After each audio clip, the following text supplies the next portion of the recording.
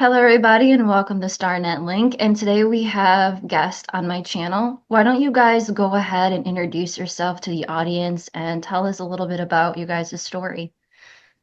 Okay, sure. I'm Jim, and this is my Matt, my son. He's my youngest one, and we're out of Tennessee. Tennessee, Knoxville, and we've been out here on this property about 30 years. But we had I've been spent 3 or 4 years now. We had started having experiences in the woods with, and then we thought they were all demons, and we were running around with shotguns chasing things. And over time, Matt, he's I like to call it clairvoyant because I mean there's words for psychics, mediums, and all that stuff. But he just a couple of years ago started, talking to the trees and Telling them about me able to talk to the trees and stuff like that, and opening that door. right. And then he started talking to the trees. I'm just giving her a can. No, I agree. And then we had over that time he ended up coming to talk about George or Scott is one of the Bigfoot. He's like 18. He had come and we started talking to a Bigfoot. So we're like, yes, this is great. So we spent, Scott really helped us in opening up a lot of the things that we didn't know and about ourselves and such. And then that also come along was after that was George, which is a giant, which is a friend of ours now. But we didn't know anything about George, and there's a backstory on that. And then Scorpion Kings from Revelation 9 is one of our good buddies. Yeah. At first, we thought he was something evil, and we've been through all kinds of roads with him and all kinds of experiences now with George. And then the Appalachian Dragon was one that's come in real strong and helped us Clear out the energy of me talking to all them beings as well. So I used to have little, Do energy. they show up as actual physical manifestation of stuff like orbs or light or anything like that? Or do they just are like in the background, but they do communicate with you? For me, it was Scott. I had to get physical confirmation that I'm talking to him. So I asked him, I need to at least see you that because I'm talking to you, I need to at least see you. To speak on your behalf, I got to know you're real.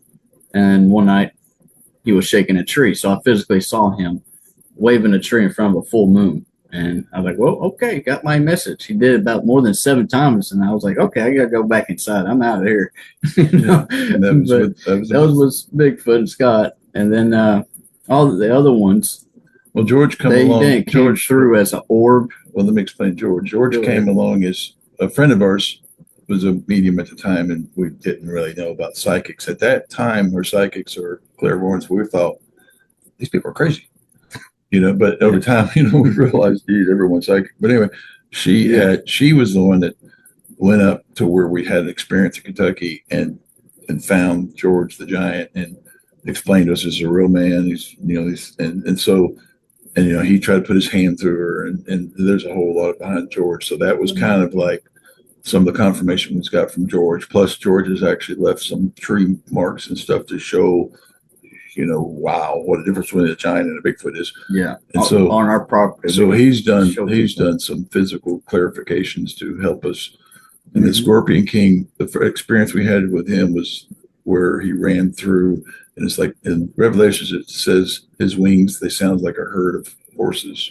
Yeah, or thunder. And so we had an experience where it came over us, and that was, it took us. It was probably a long time after before we ever come to him, and that's a long story about how that one we come across Scorpion because Scott or Bigfoot kind of went to chase him, and he was thinking it was it, and he went after him. They got into a battle, and then George got involved and helped us find out what the truth was. And so now Scorpion King's kind of one of our buddies. And Scorpion King connected me to the Appalachian Dragon. Yeah. And none of them showed up as a orb or like physical. Besides Scott the Bigfoot, he's the only one that came in as a physical thing. But I get physical apertures. I forgot how to say that word, but of like George, he comes in with a little.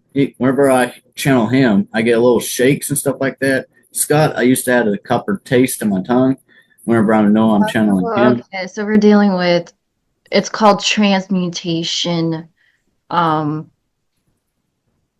it's called transmutation, where you have a being that can transcend to different dimensions and different realities.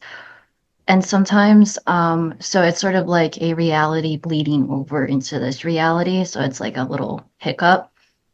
So technically, this might explain the reason why they can do stuff but can't physically venture into this reality in a sense. So that is actually really interesting. You guys actually are experiencing trans-dimensional frequency where you're actually having a bleed over of realities well where you guys are at.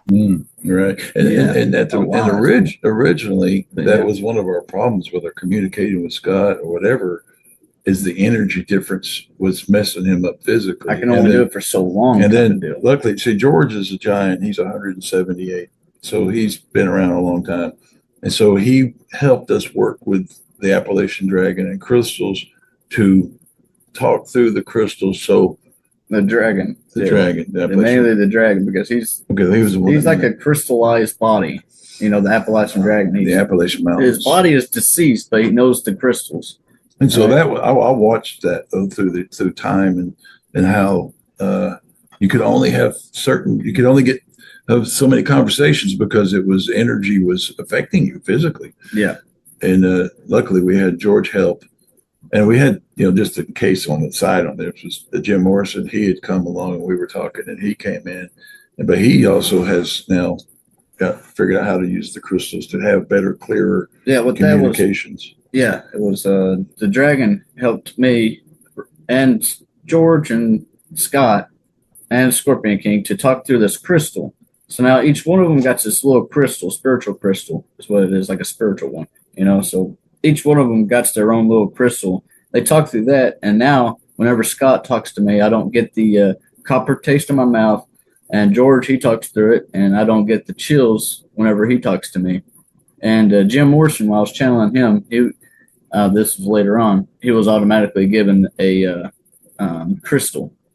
Well, not really automatically. It was, of course, there in that time period we were learning, and I was able to connect to him directly, and then we recognized where the connection with the crystals came in. Mm-hmm. So I'm wondering what type of crystals those are, because depending on what crystals they are, there are known as time crystals or Kyger crystals that are used in order to balance out energy frequencies, especially in the type of area where you guys are at.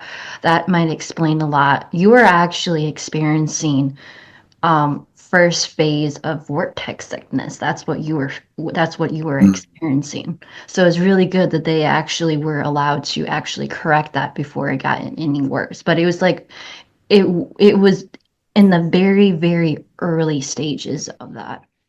Yeah, it was actually early. And I was like, guys, we got to figure something out. I did told them that. Can you ask what kind of crystal it is? I do see is a tiger's eye, because we was receiving tiger's eye. It's probably one of the ways that they would protect crystals, especially time crystals, is that they would fuse those crystals into other crystals. So that's probably the reason specifically where they were like looking and investigating which crystals for you to use, because sometimes Kyger crystals can hide themselves with other crystals. Well, Jim Morrison, he got a green crystal. He's showing me. And he got a green crystal. I don't know what that is, but the ones that they have are kind of orange, black with different kind of sparkle colors to it.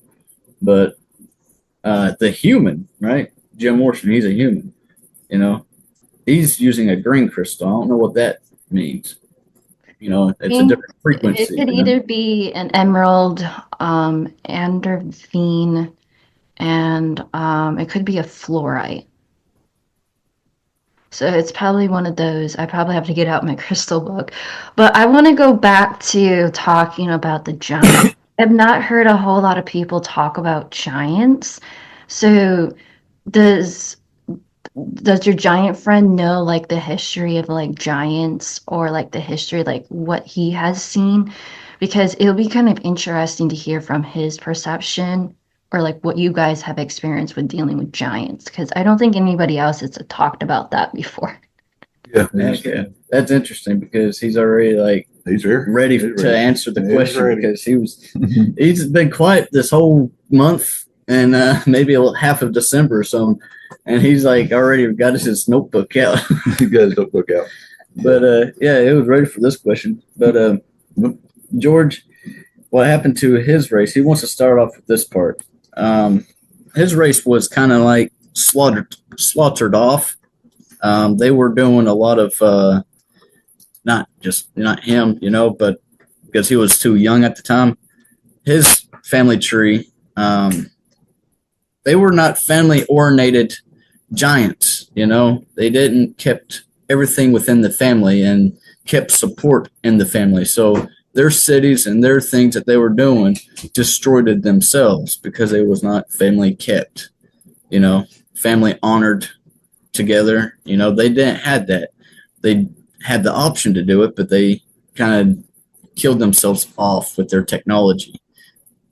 That's what he was showing me. And then, okay, later last year, some time period, we were talking to him, and he was underneath the ocean, and he found his group of giants, the very few that's left, and there's still more in other areas. But he was able to find this place in Mexico region. Yes, between Hawaii and Mexico. Between Hawaii and Mexico, it's where three points come together, tectonic points or something like that. There's a cave system that goes down, and however, in that area, The Mammoth Caves, that's probably what he was referencing. The Mammoth Caves are very close to you guys, and they haven't explored all of the caverns, but they believe that the Mammoth Caves is like a huge, gigantic network of underground cave system that they're still trying to like figure out. yeah, we're splunkers. We know about Mammoth we're Cave. splunkers. We used to run East Tennessee Cave, so that's one of the things that we've been doing for many, many years. We're explorers, but Mammoth Cave in Kentucky, according to I don't know what was George told us, but it runs all the way up to the North Pole. So it's like there's a North Pole connection, and in our previous research about 4 years ago, maybe. It supposedly goes to the inner Earth. There's a cave entrance that's going downwards, and it gets blocks off and. Yeah, that's very true. Some of them, I do know that some of them were tasked in order to seal up some of those entrances in order to protect humans from going down to Middle Earth. And also because they also didn't want the Anunnaki or other races figuring out that entrance because it would cause a lot of disputes. Yeah, But we have a cave in our area here that we go to, and George told us that there is a lake underneath, but there is he has to move a big rock to go down through there. And of course, I told him, I said, I want to go find it. And he's like, well, you're going to have to move that big rock. And I said, I got friends. I got a giant friend.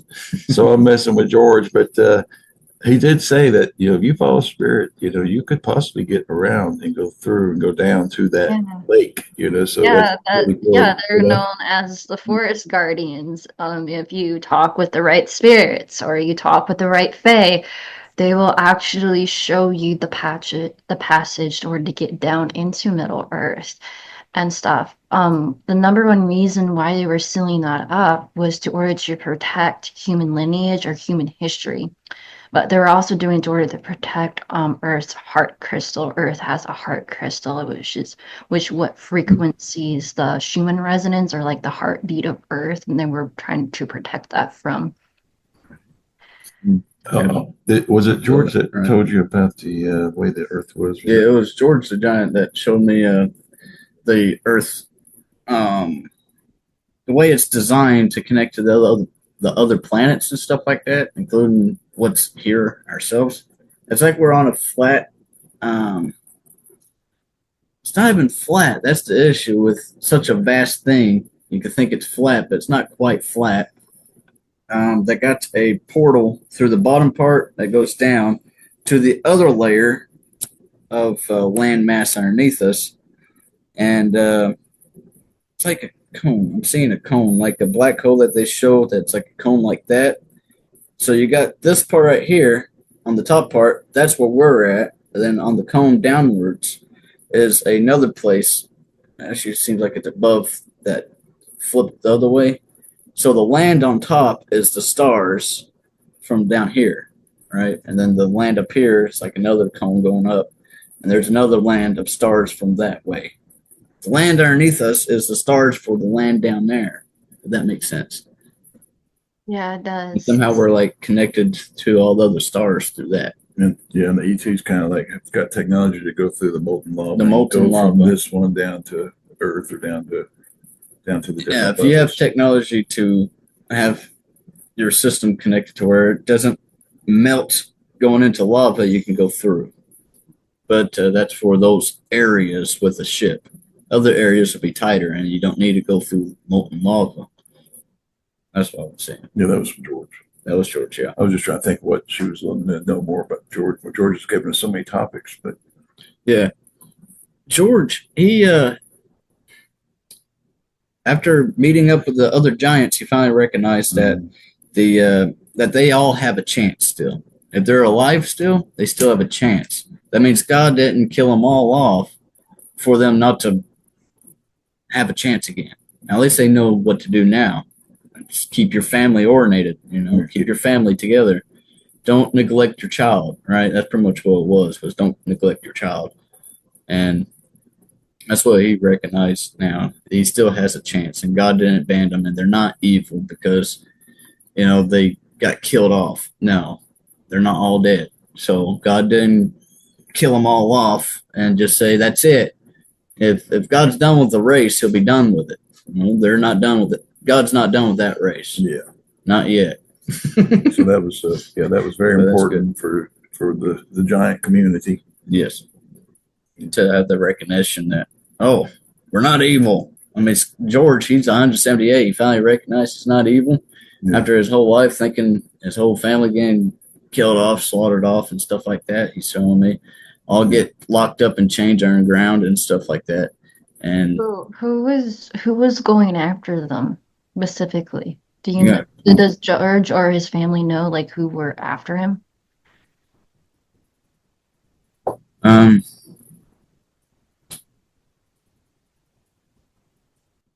It was the races out off this land. It was a race off this land that came colonized on this land. I feel Egyptian connection. The A. Anunnaki. And Atlantis. That's the one. Okay. Atlantis was the one that was chasing off the giants.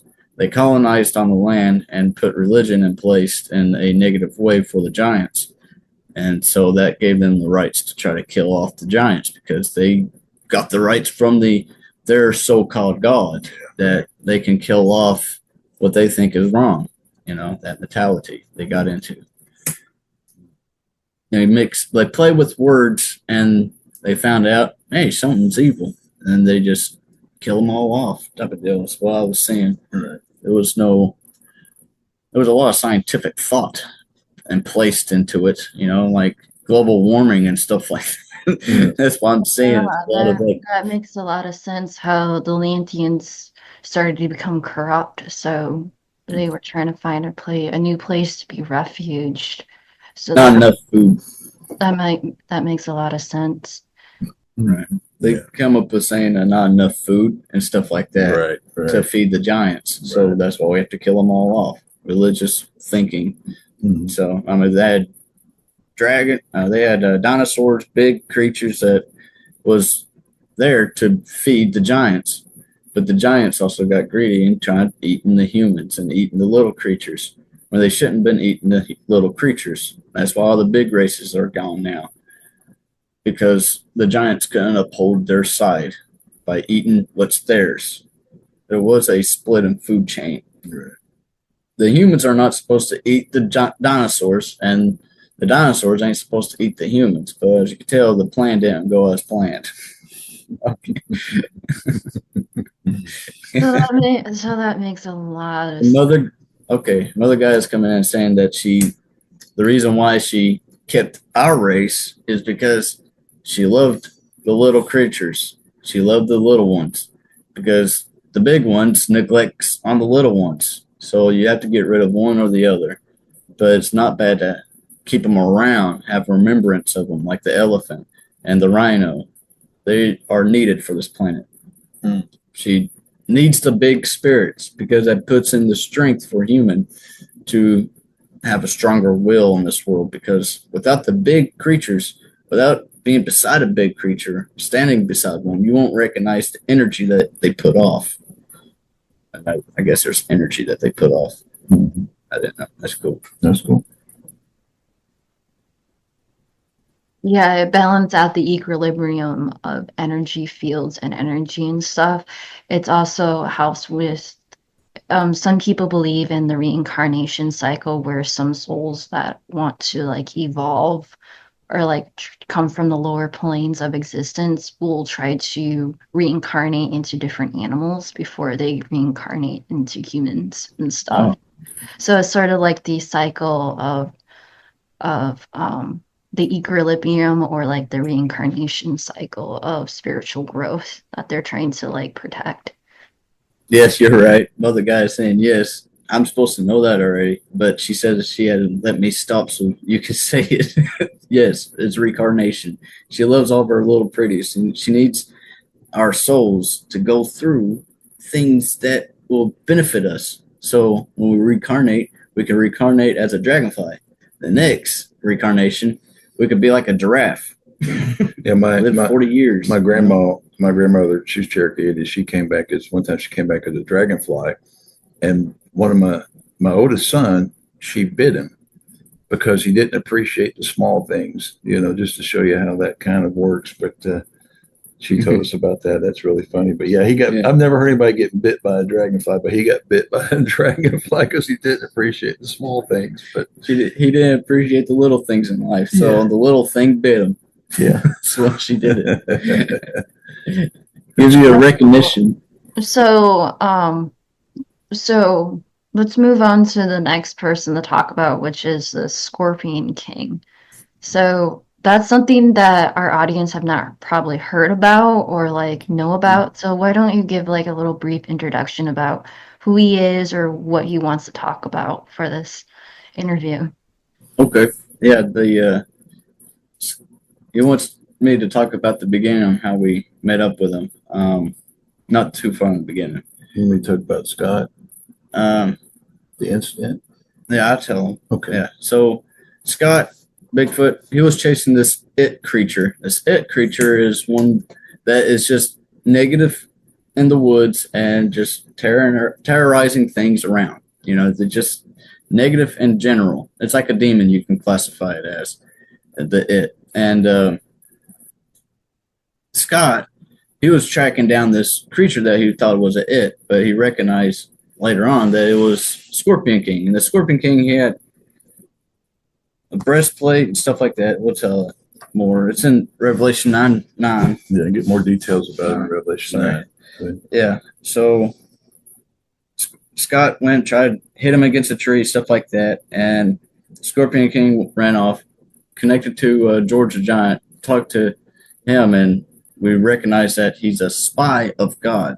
Scorpion King is a spy of God, and he usually speaks in thee, thy, and stuff like that. The biblical wording, biblical text of understanding, and he does that to keep the relevancy. That's what he said just now, so people can fall back on the Bible, and when they read from the Bible, they can get an idea of what he's coming from.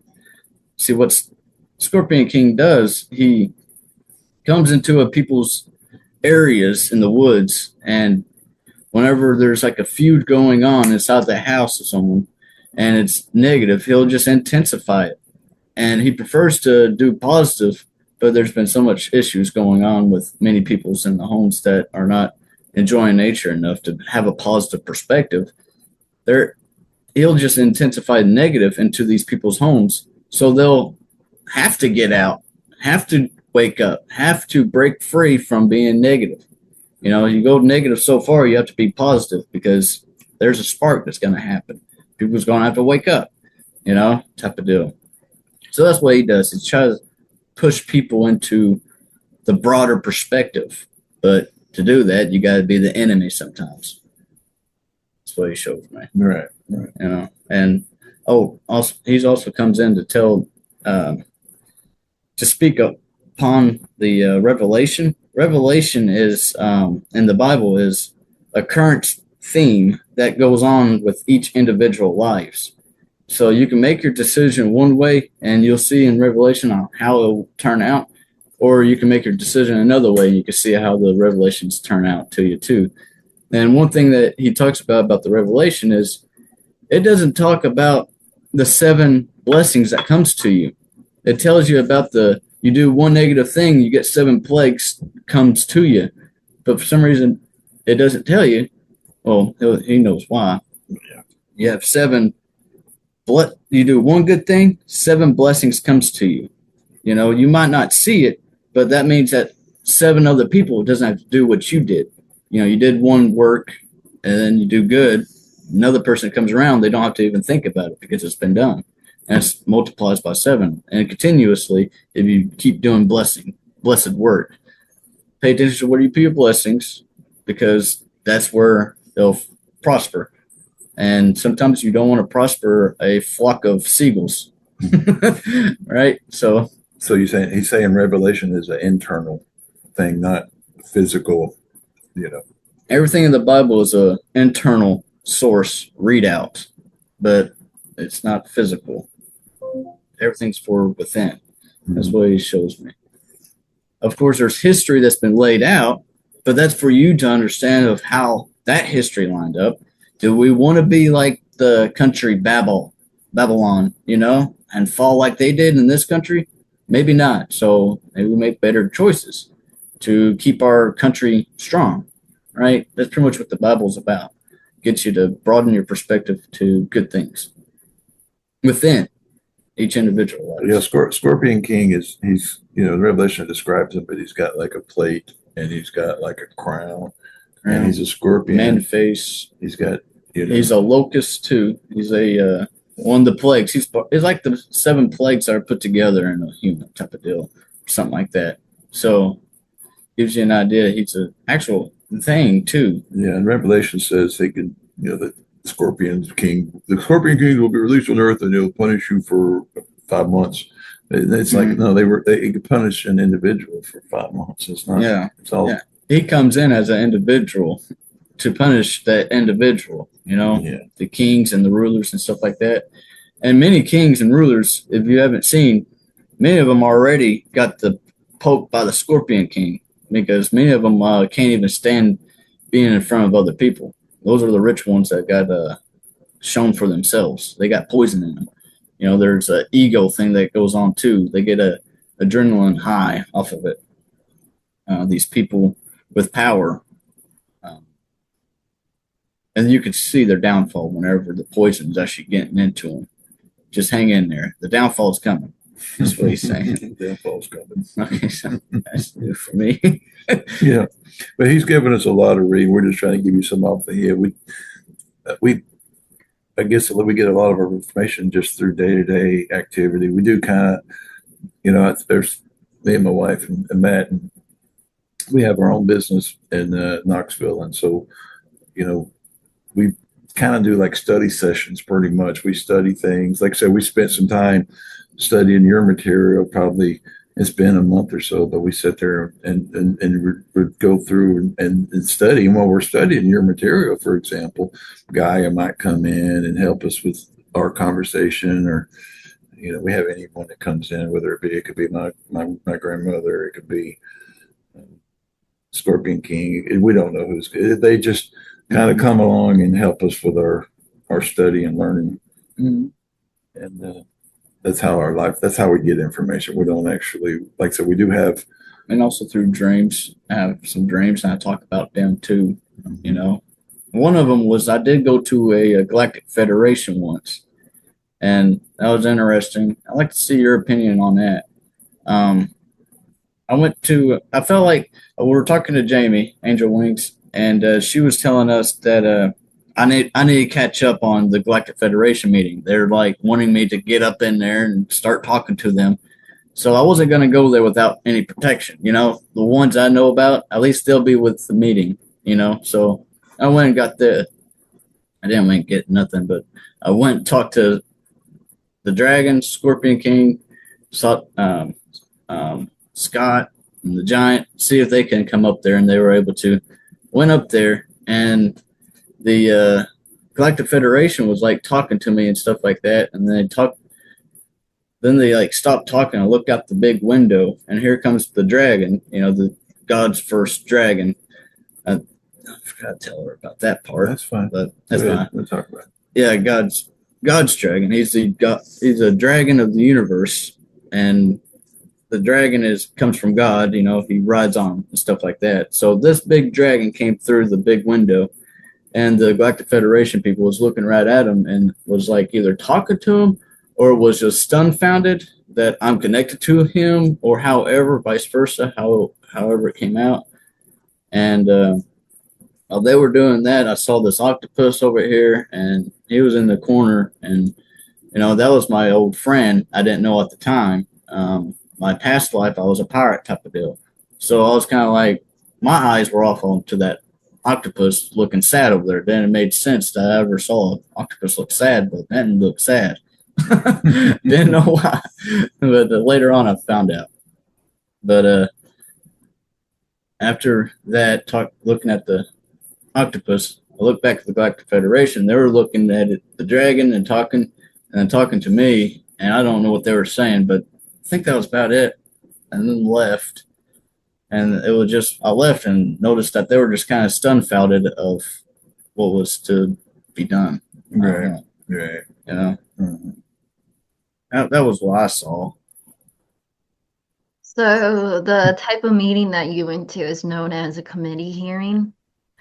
Yeah. We're talking about some of the ancient creatures that still live on Earth. Maybe not in a physical sense, but more in a interdimensional, multidimensional, or trans-dimensional way where Earth is part of where Earth is situated in the galaxy. It's sort of like a hub of interdimensional energy.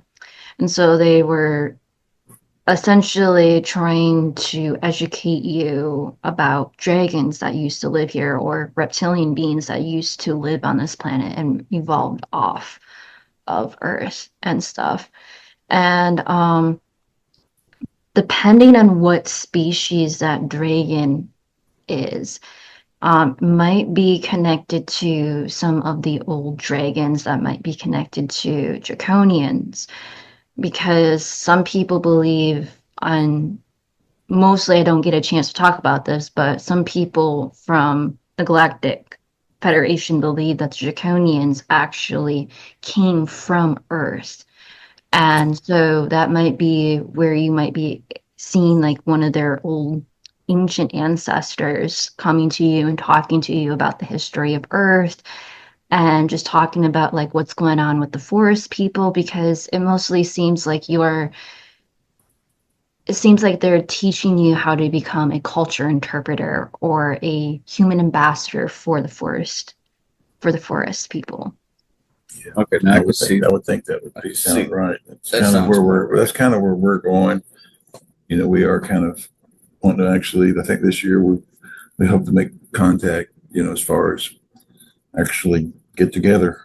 So we know it's been a long walk to get to this part, to get to the courage to do something. Yeah. Because it's not something, it takes a very strong heart, but it takes a lot of time to develop it. Yeah. I wouldn't mind explaining the dragon, if you don't mind. Yeah, go ahead. All right. The dragon, see, the time period when I was connected to the Appalachian dragon, and we all got the crystals and stuff like that, talking through that and stuff, and I'm working with this dragon. He told me that he has a father dragon, and it's his grandfather. It's his first dragon, and he showed me that in the beginning, when God created everything, like the one truth source, however you want to call it, in the beginning, he was hovering over the firmament. Well, he was riding on a dragon. He created this dragon so he can travel anywhere super fast through what he created already through the firmament. So he needed something to ride on. So he created a dragon that he could ride on. And that was the dragon that he showed me that that came in on the Galactic Federation part, and it was that dragon. And also my dad wrote down CERN, and I'll talk about that here soon. But I'm I taking gave notes. this. I got this black goo, went to the space from CERN, and I gave it. And I asked Guy if she wanted this black goo, and she said she doesn't.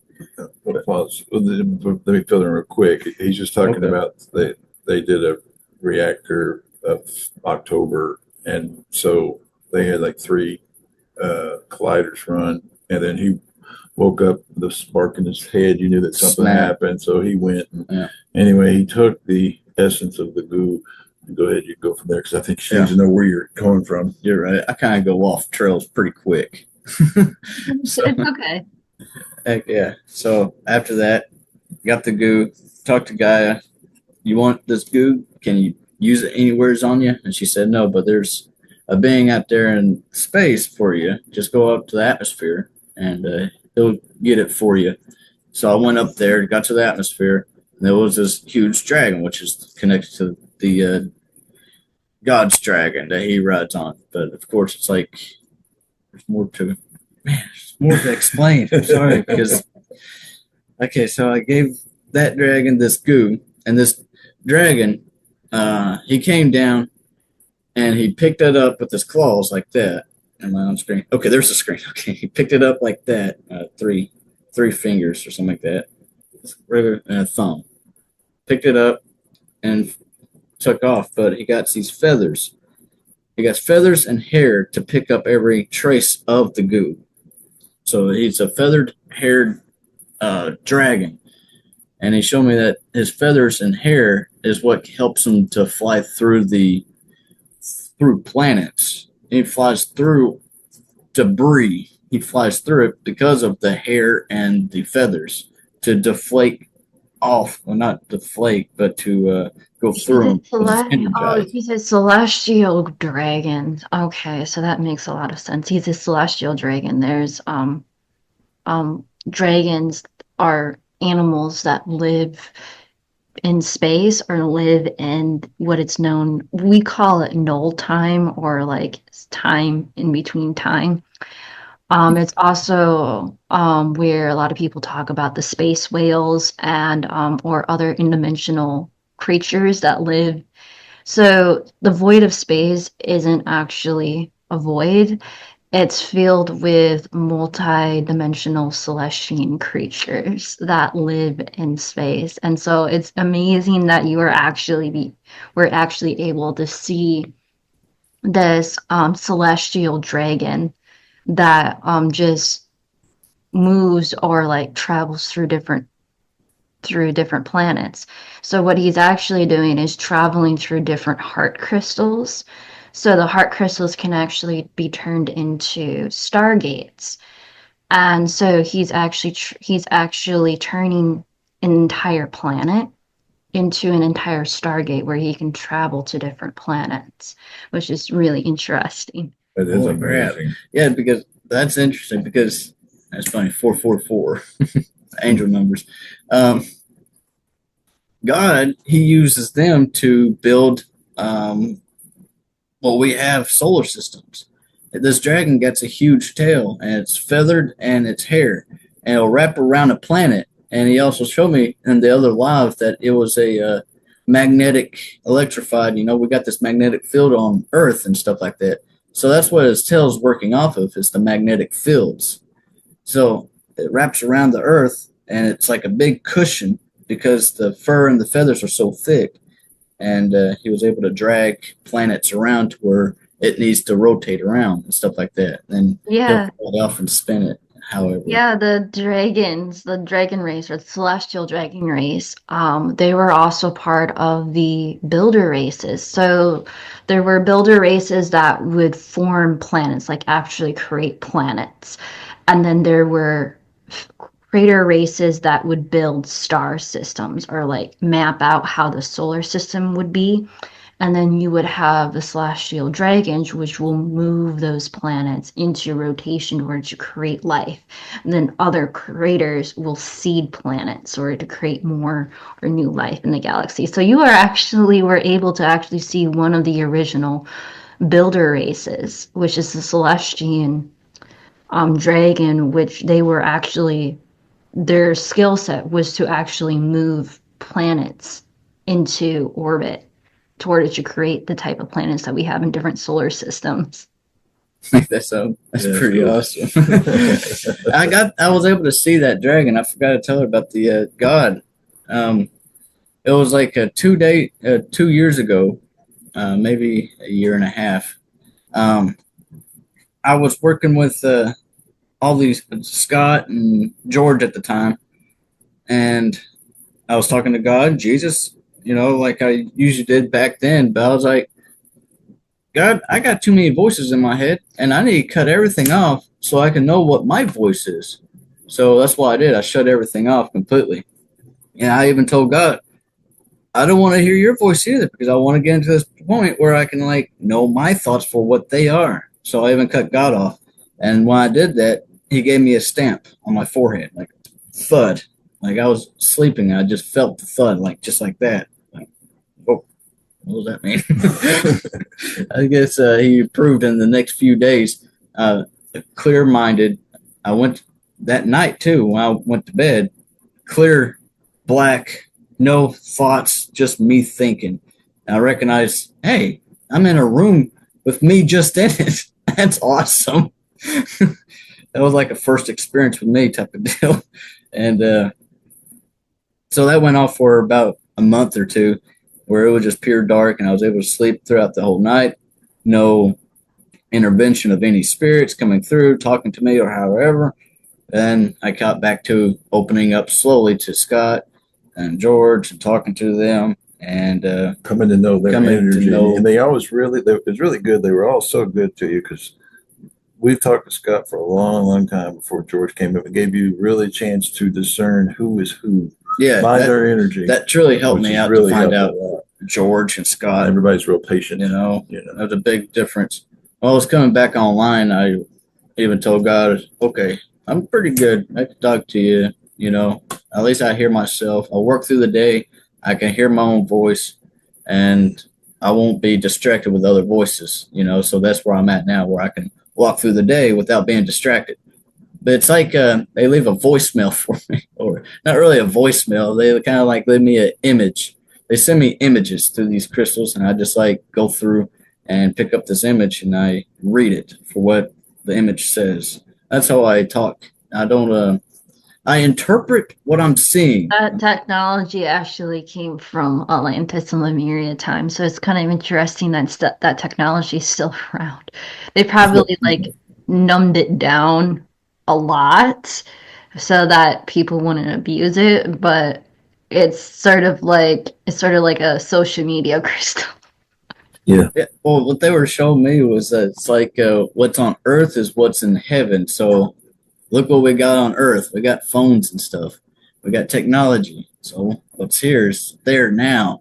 All right. So people on the other side are able to use phones and stuff like that, trying to figure it out. You brought up interesting. You brought up them giving you a gift, and you reminded me of the leprechaun that gave you the box.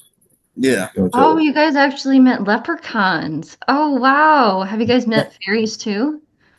Fairies, we catch them on the cameras that we have at night and stuff like that. But they tell them what the leprechaun did. And of course, Dad was driving, and Dad said, what does that tree have to say? Because I was talking to trees. We stopped at a red light. And still do. And there was a cedar tree beside us. So I'm like, hey, what's that tree got to say?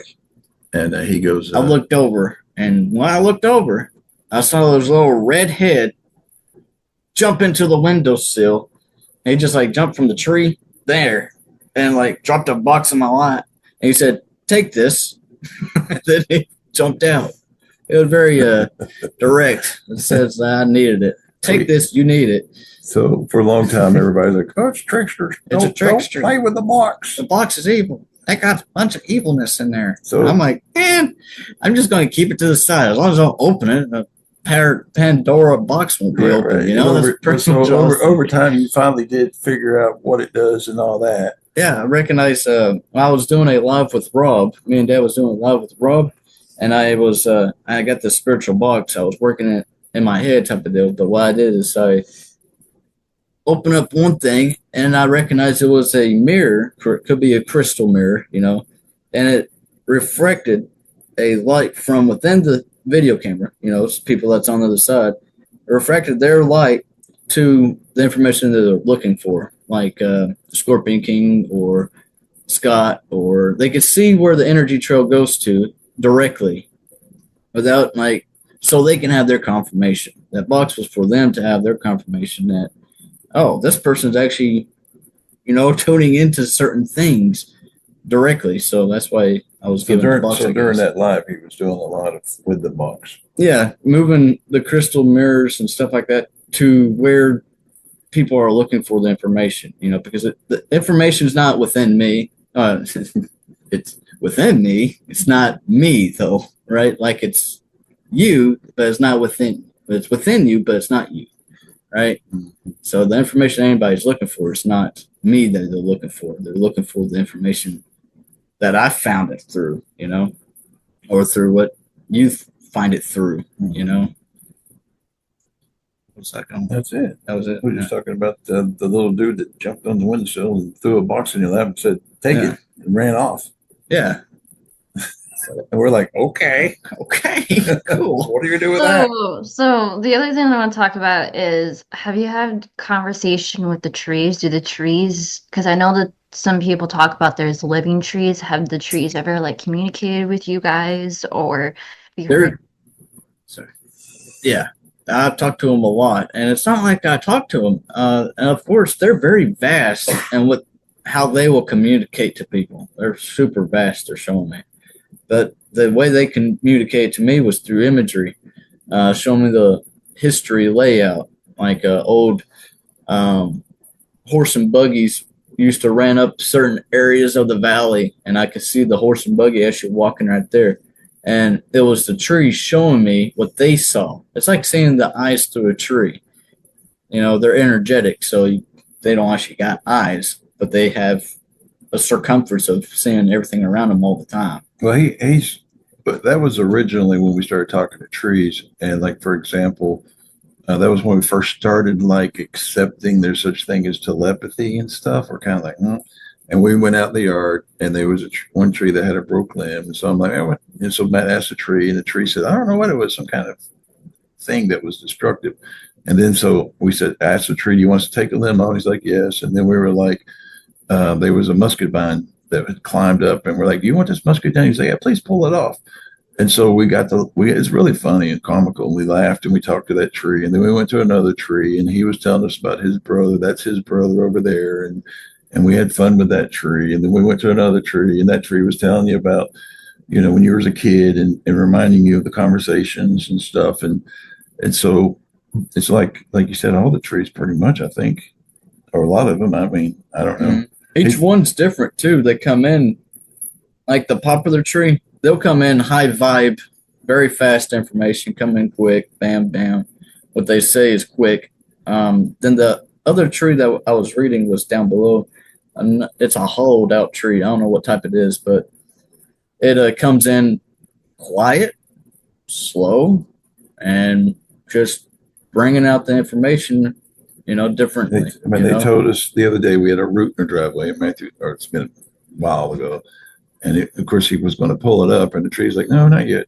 And then recently the tree says, okay, you can pull it up. It had rerouted itself and said, go ahead, you can pull it up. But like you said, the trees are conscious of everything going on around us. Mm-hmm. And they help us figure out what we need to do. We've had trees tell us, hey, I'm not doing too good. We got one that's really comical. Remember that one over here? Yeah, that and old. We got one tree over here. He's really funny. He's like, oh, guys, use me. Chop me down. Use me already. And we're like, we love you because you're the funniest tree we got. Yeah. He's got it. Yeah, he's like, I'm fat. I got to get rid of my now. He's so funny. I'm too big. Yeah. He's funny. He's one heck of a big tree, too. But yeah, our tree stories go on because he says, I want to die. I want to die. He's like direct with that. Yeah, he's hilarious. And that's just like you said, that one tree. But every one of them has. Do the trees have a central network system where they communicate to other trees on the other side of the United States? Have they told you anything about what's going on with the fires or the forest fires? Well, that connection's through Gaia because that's where they're connected to. So that's where Gaia came in after talking to the trees for so long. Gaia comes in, and she's the one that is Earth. So she feels all of the energy that's going on because they all stand on Gaia. So the mother knows, and that's where they get their information from, right? So what she told me was the forest fires out there is pretty strategic, and it's not natural.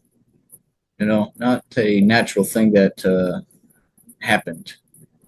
Many of those fires, it was been done by some humanoid, some type of humanoid. Yeah, humans doing that to themselves, type of deal. Not really to themselves. Not Well, none of them did. We have had trees tell us though. The government type of deal. We've had one tell us like they was up on a mountain up here. We had people die, and trees can reach out their roots like a Yeah, football. trees are also very good at recording history. Yes. Well, that's if you, in Yep. the stairway to heaven. That's that the lyric says, "And the forest will echo with laughter." To see They it. will actually bring in trees and court proceedings from different planets that have actually witnessed what has happened. People don't realize that, but yeah, if you want to know some gossip about what happened in the forest, talk to A tree. Yeah, the tree. You can't burn it. You can't get rid of anything. The trees are the ones that will judge everything. Yeah, the mushrooms are even trees. Yeah. Part of the tree family because without the tree, there won't be no mushrooms. Without the mushrooms, there'll be no trees. So you might cut down a tree, but the mushroom still grows, still stands for the truth, right? Still has that essence and the roots. But like I said, a tree will reach out football fields underneath a place where someone had died to take that energy, to take that negative energy, to heal that land. A tree will reach way out just to absorb that negative energy. Yeah, so that's what they do. They do take to get rid of negative energy. One has to die with it. So for the trees, that's what they do. Yeah, they take in the negative, and so the other ones won't die. They'll take in the negative, and that one decides to die and fall a certain way to help these certain plants and these certain trees. And we have a tree that gave its life for another tree, and it's told us that I'm giving my life to that tree over there. And so they do give their root systems to each other because trees are unconditional love. That's for sure. Yeah, they'll completely die on heartbeat. Now, of course, they don't die quick, but they have the decision factor inside of them that says, "Time to die." They'll flip it on, and they're dead. And they do that for the benefit of those around them. Whoever needs it the most, they'll die automatically. Or be prepared to die, so they can pass on the fruit, right, of their bodies. They're meant to be used, so they don't mind being processed and stuff like that, and being cut down and done. But as long as it's not out of vanity, that's the issue that they have. When you vanitize your corporation, because nothing's wrong with the corporation as long as it's being used for a good reason and all the materials and everything gets used. But whenever there's a lot of waste, that's when you have an issue.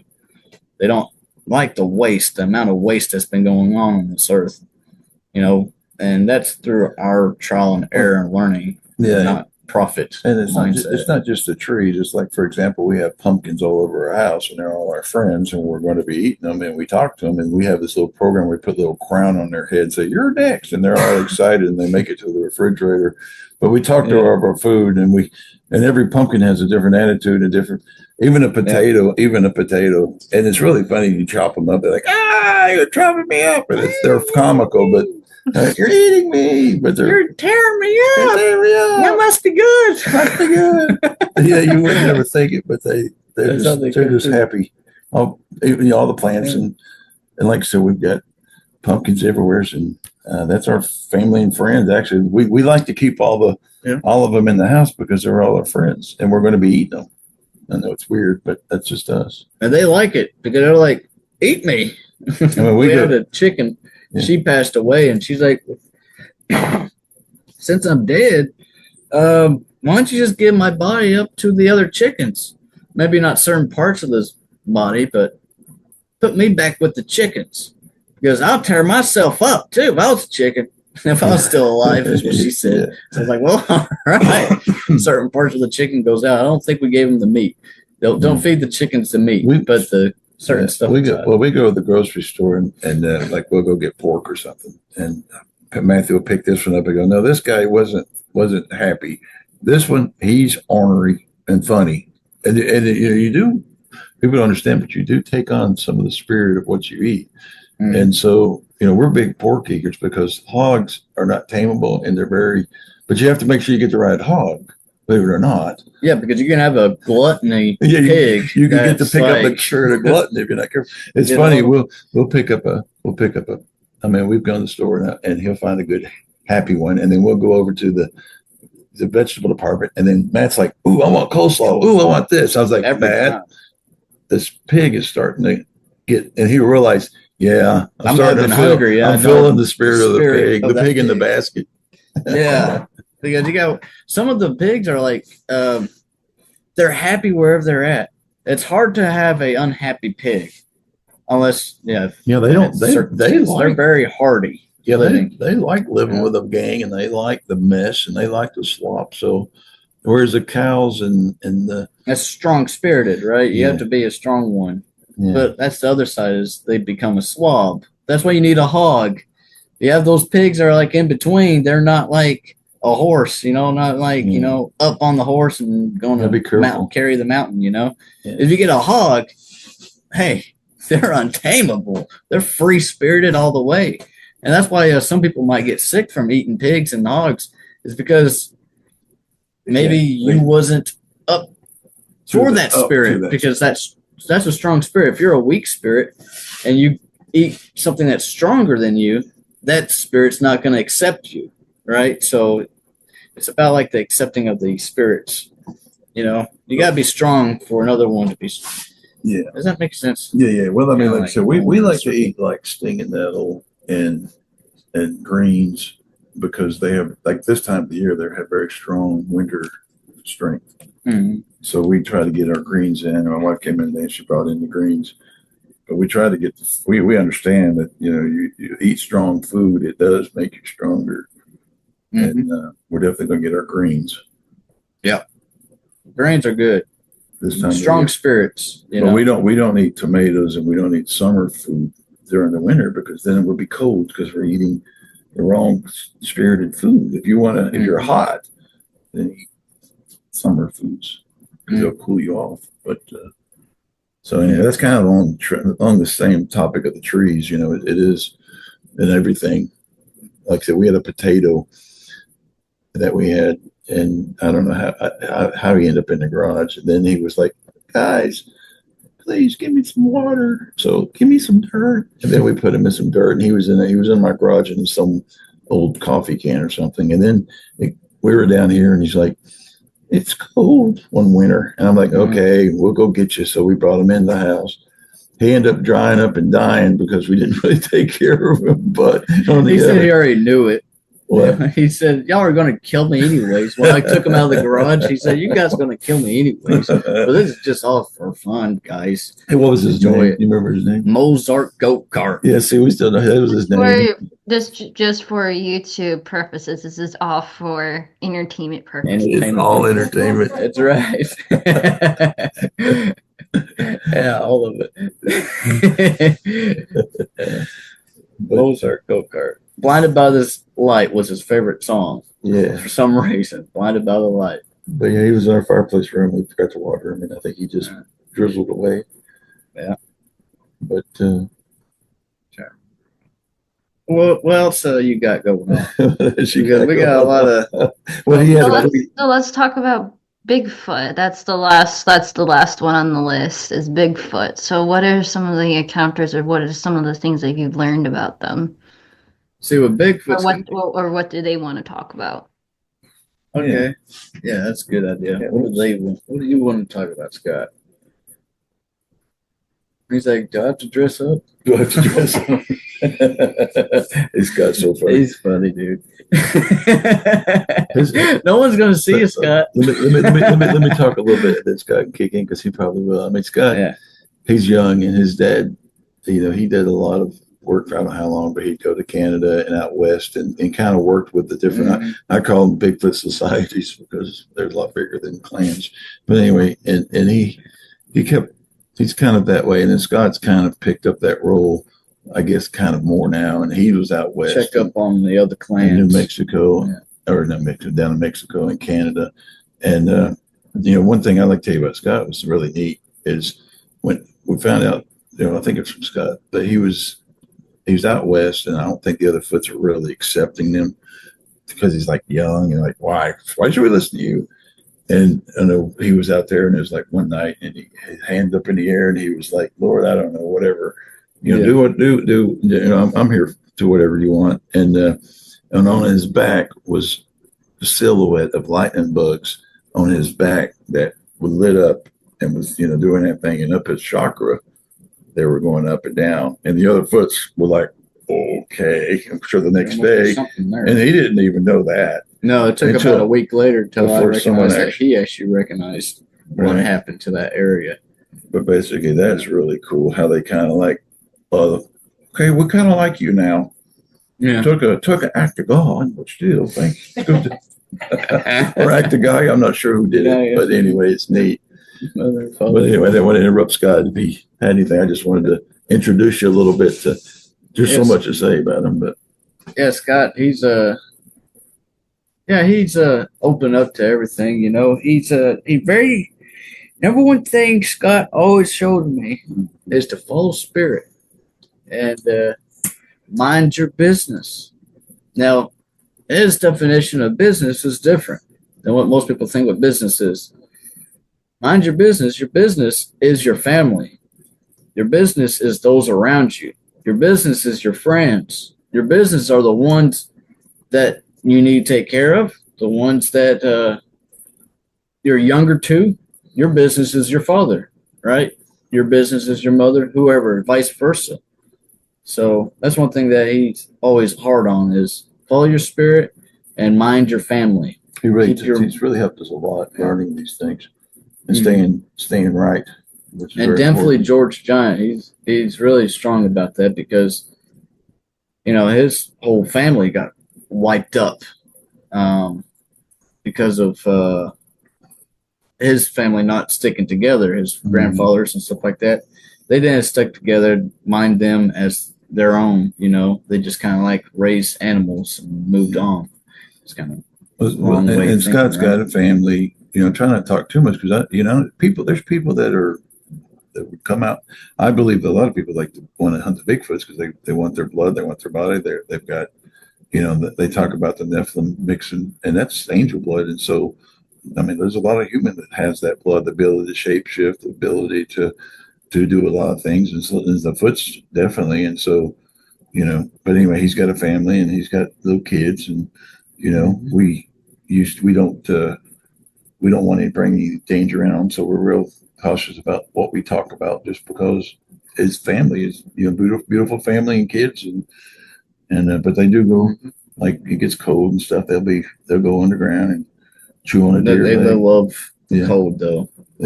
Scott says he loves the cold. Yeah, He runs in the cold all the time. He prefers it. they definitely, we definitely have a lot of respect for the Foots just because they've been wonderful and they are wonderful people. Mm. At least the ones we have. And there's also now more about the Bigfoots and stuff in general, because he doesn't want to talk about that because people are getting confused with the other types of Bigfoots that's been mutinized, bastardized. Bigfoots, they've been split away from their fathers or mothers or however, and then they got genetically modified by the government, let alone what type of other things it did. A lot of the Atlantis did a lot of messing with them. Yeah. Yeah, it's good that they have a channel for you guys to speak through about this because I have I think it was on another podcast she talks about crypts and stuff, like different other monsters and stuff. And she was talking about that a lot of these monsters that were friendly are turning evil because of what our government did to them, like genetically experimented on them. So it's good for them to have a channel through you guys to speak to about this and educate people about like these are not evil beings. Like they're just really, really fed up with black ops about what's going on with our government, of them treating them so horribly and stuff. And then people get the wrong idea or not educated about them properly and how Yeah. and stuff. And this all goes into how we're not just dealing about ET politics. We're talking about the politics of our entire planet and how that will interact with other species on our own planet. And so this is the first part of like if we want like the Starseed community wants first contact, well, that's not going to happen until we have proper communication through all the different network systems of other species that live on our planet as well. So it's really good for you guys educating the public about this and being a focal point for Bigfoot or to tell them like this is what's happening. And it's like we need to educate them. And through the efforts, like we can stop a lot of these atrocities from happening. That's right. Mhm. Yeah, there's a area that Scott went to up in Colorado where that airport is, and he's Denver. Denver. Yeah, he keeps showing me very vividly through the other Bigfoots that are there, and it's their mindset, and it's not their mindset. It's just like what happened. I see a Bigfoot on top of the ridge in Denver, looking down over the airport, and he knows that he can't get down there. He's been banned from that area, or if he tries to get within it's like literally a dome that's over this place, and he's like right there in front of the dome, and you can't get any further. And there's a reason for him to go through, but you can't because the ETs and stuff like that that's going on there, the government would take him down and tear him apart and do whatever they do, lock him up in a cell somewhere and do whatever to him. But this Bigfoot, he's up in that area and he can't do nothing. His hands are tied behind his back and he can't help the people that are there if they needed help, because suppose the animals that are there, the forest farming part, they can't help the animals that are there.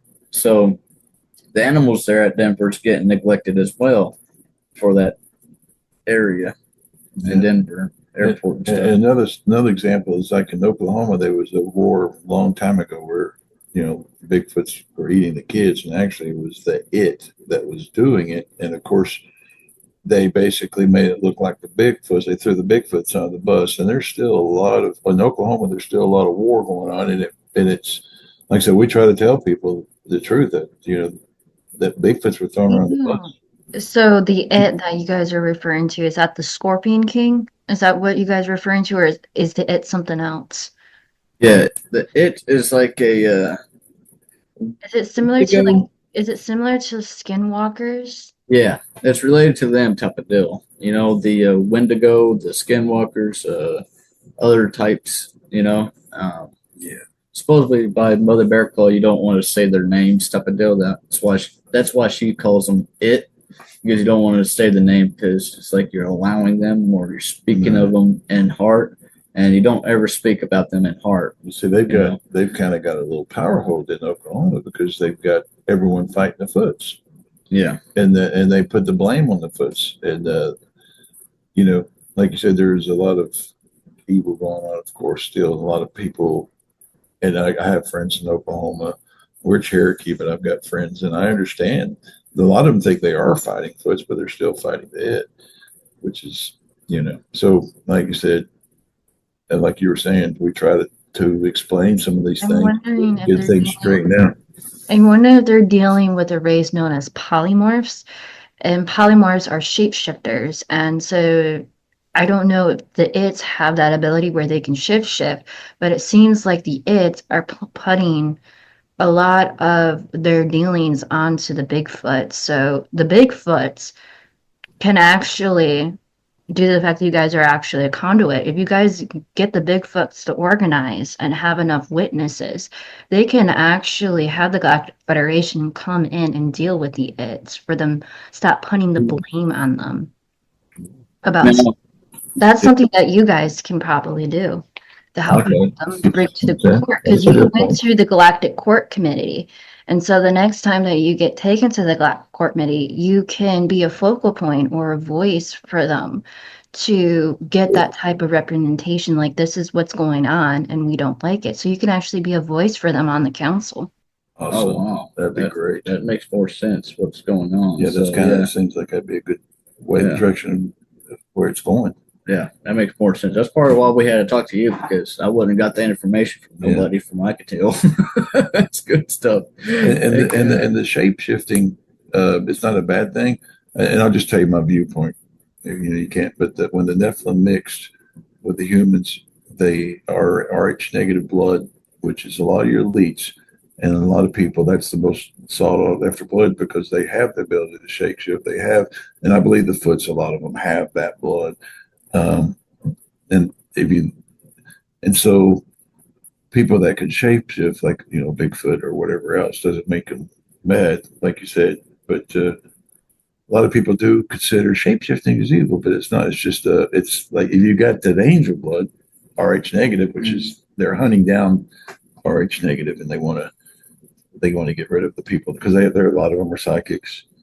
Of course, the correlation we always notice is redheads, but not necessarily. I don't know. We have it in our blood. He's O. I'm A positive. Tina's O, but O is of course most valuable. Your more valuable dead is O because your organs can be given to anybody. But like you said, there's a lot to unpack on all that we're still studying. Mhm. Yeah. Yeah, so like getting back to that, due to the fact that they have evidence, like humans do have evidence in their old records, like historical records and stuff, they can actually, the Galactic Federation can actually do an internal investigation on that stuff. And if it's determined that the Ids are actually attacking humans, they will actually intervene and actually stop them and try to figure out like what is going on. So it's good that they have people like you that they can go to where you get proper representation by the Galactic Federation or by the committee. Mostly what you guys are probably going to be going is the committee for the interplanetary court system that deals with Earth affairs. So that's probably where the committee court is for you or where you're being taken. That makes sense. Cool. Heck yeah, that makes sense. Um, Yeah, I was kind of not pro Galactic Federation, but I've kind of, after a lot of your material, I've kind of understands the tool there. Yeah, It's a tool. It's Yeah. good. It's a tool that we can use for good, for sure. Yeah. Yeah, see, the dragon, I'm recognizing with that meeting I had with them, the Galactic Federation, the dragon was speaking upon what I was saying about Scott, the Bigfoot, and Scott, for some reason, he couldn't really arrive there. He did in a different way. His spirit was there, but he wasn't actually there, type of deal. That's kind of weird. Do you have like two spirits on the other side of the world? It doesn't make sense. I'm trying to figure that one out. It was like he was there. Maybe he was there through me. Yeah. Okay. He was there through me, like you're saying. Okay, that's interesting. He can't go there. There's something about the Galactic Federation and him. Not that it's him specifically, but it's him because he's in hiding and he can't go out. That's why. He can't go out because there's so much guns pointing at him type of deal. So many people are afraid of him. So many people are not ready for him to be out. And the government wants that angel blood too. Right. So forth, and the Galactic Federation, they're able to see him through me. And I think you're right. I need to go back talking to them and, yeah, tell them, yeah, Scott, this guy right here through my eyes, you see him now? Yeah, he's having an issue with these things, Winnebagos and Winnebagos. That's a good RV. Yeah. But yeah, that'd be good. Tell them fix that up for them, you know, because they have a lot of whiplash from it, and also let alone the whiplash that's been done onto themselves. And many of them don't even experience many humans much. And when they do, they don't even know what to do in that position. And some of them don't even know how to follow spirit, let alone try to stay out of trouble.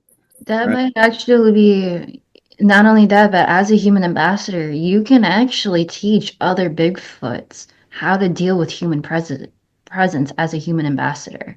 That's something that you can also do in the work with the Bigfoots as well. That's awesome. Yeah, see, this year is like the connection that I'm Yeah, going this to year that we're gonna recognize make it. that we're going to actually have to sit down We've with run, the Bigfoot. we've We're going to have to like sit down with Scott. we've type of deal. run, we've It's gonna run. be I mean, they interesting. came in one time on us, and there was two Yeah. coyotes from two different ridges. And when they came in, by the time they got to us, they were coyotes and fear. We were not. We're almost. They were made it. testing our fears. What Yeah, Scott was saying. Yeah, they were testing to see, Yeah. and I've got to be strong. I've had one shake my tent. I could have went out and found out later. I could have went out and actually smoked a cigarette. If he with a was in the Bigfoot. right spirit, strong enough, So he'd have been able to go outside. And I mean, smoke I know it's a cigarette, ridiculous you know? goal, but my goal this year is to sit down and roll the smoke with a Bigfoot. I know it's kind of like, what? That's your goal for it? Yeah, but yeah, that's a big step. See, he's It's a big saying step. the reason why he comes in as a high vibe thing is for us to be able to break through our fears. You know, if we are already accepting of death, then death shouldn't come. You know, technically, it's actually the reverse.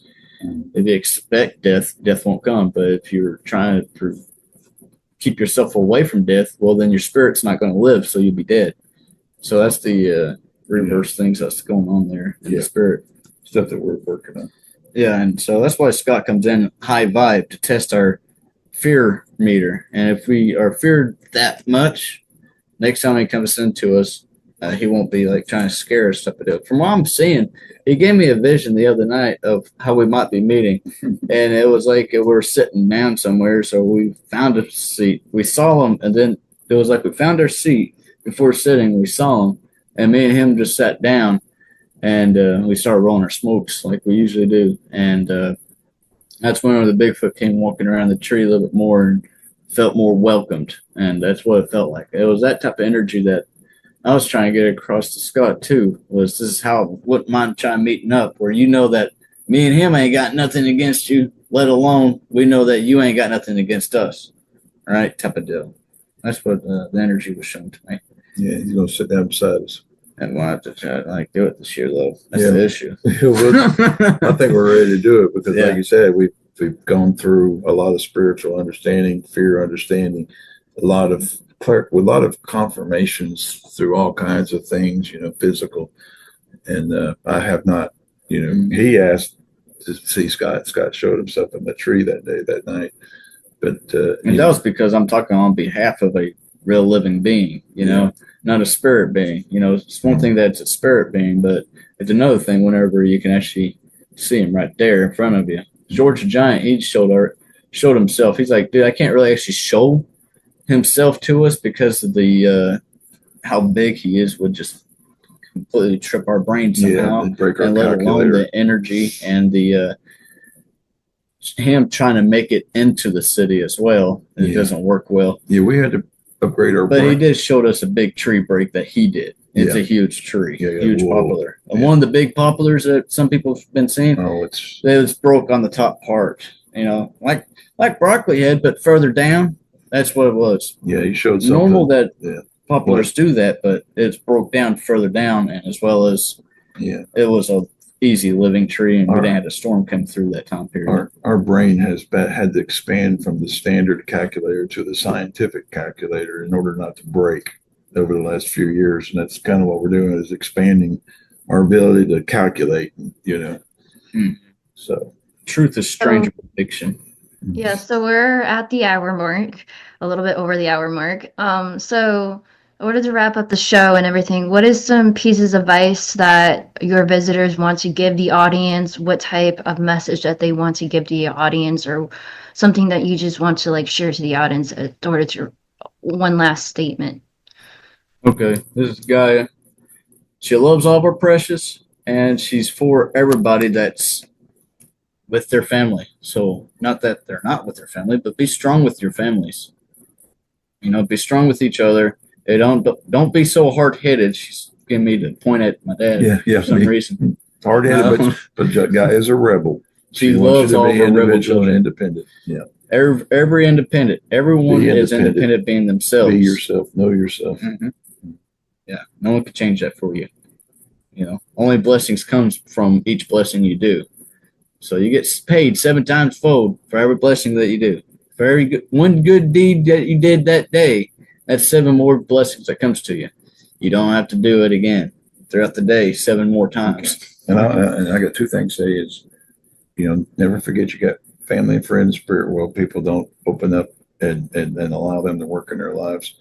And, that's why we're able to do the things we do. We don't have darkness. We don't have evil. We don't have things happen to us because we talk to our family and friends in the spirit world and in the physical world. Peace, God, whatever.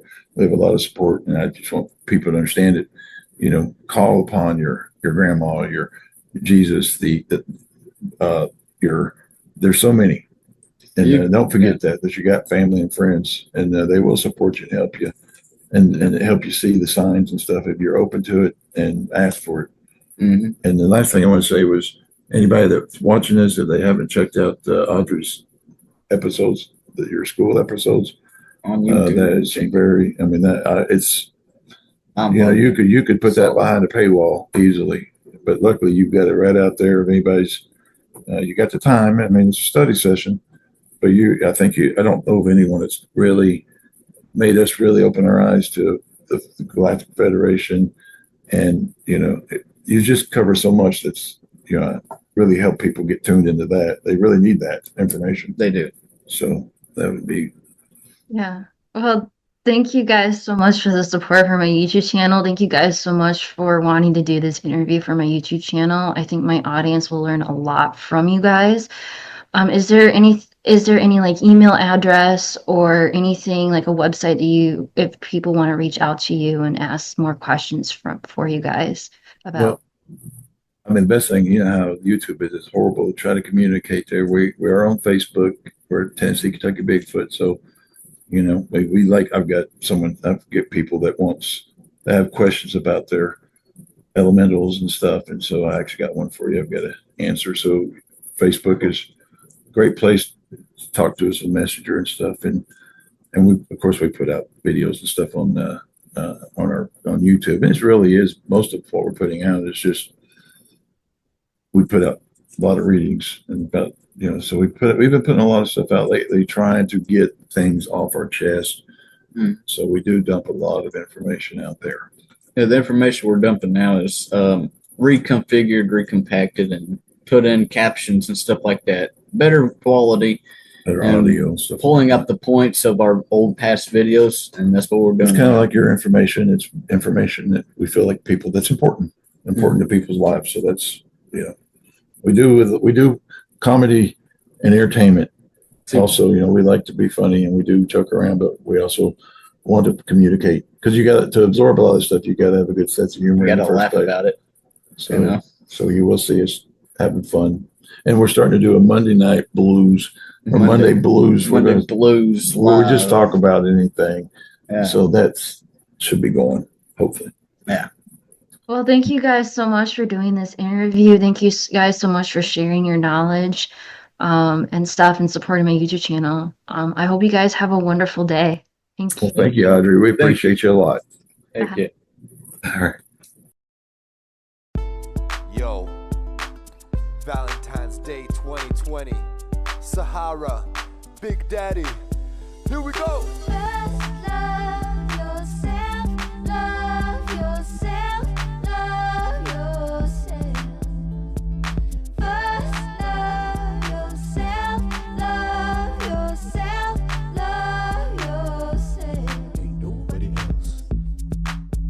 I used to take drugs, and I still take drugs, but I also used to take drugs.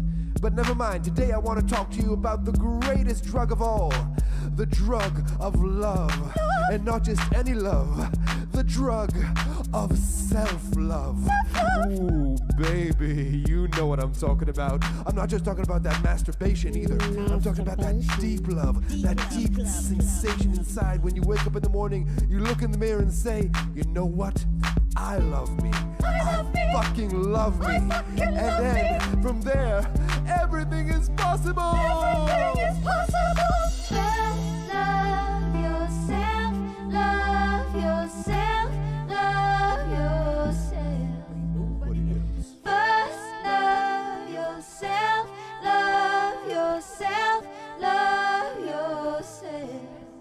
Preach. Listen, everybody, if you want to get love, then you gotta be your biggest fan and know that you're enough. You gotta love your body and your spirit and your mind. All the self-doubt, gotta leave it all behind. Gotta love yourself from your head to your toes, whether you're a virgin or whether you're a hoe. Gotta love, love, love from the bottom to the top, and everything inside, gotta love it all up. So Sahara, like, what does love mean to you? Like, what the fuck? Oh my god, love is like the best, man. Oh my god, I love so much. Love is the shit. First, love yourself. Love yourself. Love yourself. You love yourself. First, love yourself. Love yourself. Love yourself. Gotta fucking love yourself. First, love yourself. Love yourself. Love yourself. First, love yourself. Love yourself.